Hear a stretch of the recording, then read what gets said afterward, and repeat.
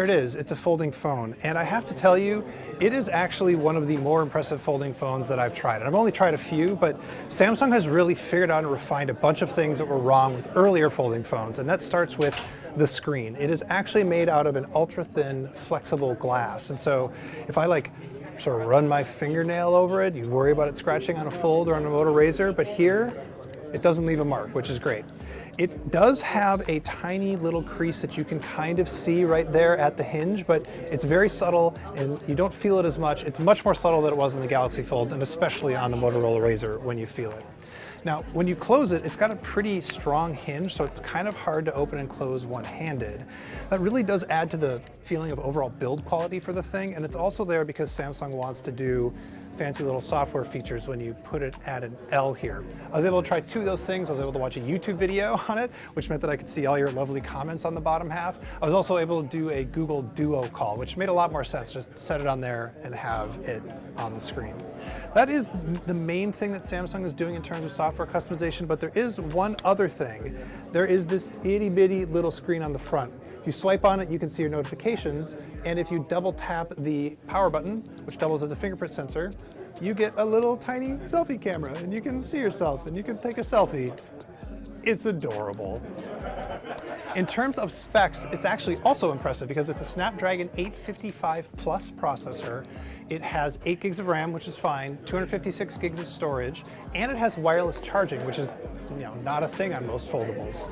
It has, I believe, a 3,300 milliamp battery, but it's split in between two sides, so hopefully that's enough to get you through an entire day. In terms of other specs, there are two 12-megapixel cameras on the back. One of them is an ultra-wide. On the front is a 10-megapixel camera, and it's one of Samsung's hole-punch cameras, which I actually really like. It's a lot better than like a giant notch that we've seen on some other phones. But I want to go back to build quality for just a minute because it really does feel way better that they made this hinge a little bit tighter. Samsung also said that they put these brushes on the hinge here to keep dust from getting into the hinge mechanism.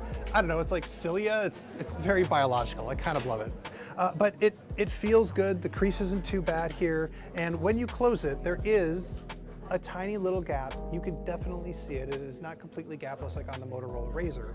However, it's pretty small. It's way smaller than on the Galaxy Fold. There's no headphone jack. You knew there would be a headphone jack. It's totally fine. It is going to be available on February 14th. There's no pre-orders. It's just coming out. I don't think it's going to be on Verizon right away, but it should be on AT&T and Sprint at least, and it still should be available unlocked. It's going to cost $1,380. Why does Samsung like making its folding phones end at $80 instead of $99 or something else? I don't know. They say that it's because it divides more evenly into monthly payments because these are expensive phones. Sure.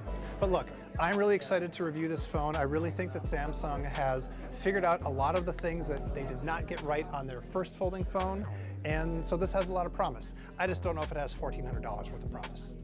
Hey everybody, thanks so much for watching. We of course have a hands-on with the Galaxy S20 phone, so go take a look at that. And I got it here next to the Razr. We're going to have a review of this Razr coming up pretty soon, and we might even try and do a comparison with the Z Flip.